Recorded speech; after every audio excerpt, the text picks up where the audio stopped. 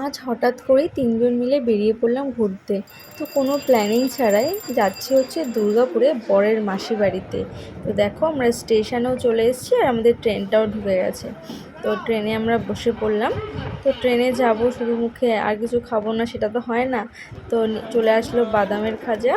আর হচ্ছে এই লাইনে গেলে কিন্তু বাদাম মাখা পাওয়া যায়, তো সেটা তো ভীষণ ভালো লাগে খেতে। তো মা দুর্গাপুরে নেমে গেছি, নেমে আমরা বাসে করে যাচ্ছি। তো মাসি বাড়ি যেতে রাস্তায় পড়ে হচ্ছে গুরুদুয়ারাটা। তো মাসি বাড়ি পৌঁছে একটু রেস্ট নিয়ে আমরা বেরিয়ে পড়লাম জগদ্ধাত্রী ঠাকুর দেখতে। পাশেই ছিল, পাশেই হচ্ছিল, মাসি বাড়ির পাশেই একদম পুজোটা হচ্ছিল। তো মায়ের মুখ দর্শন করে তারপরে বেরিয়ে পড়লাম একটুখানি আশেপাশে ঘুরতে।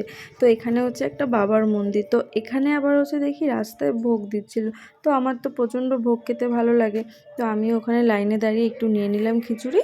তো ভোগ খেলাম। তো এইটুকুই আজকের আমার ভিডিওটা।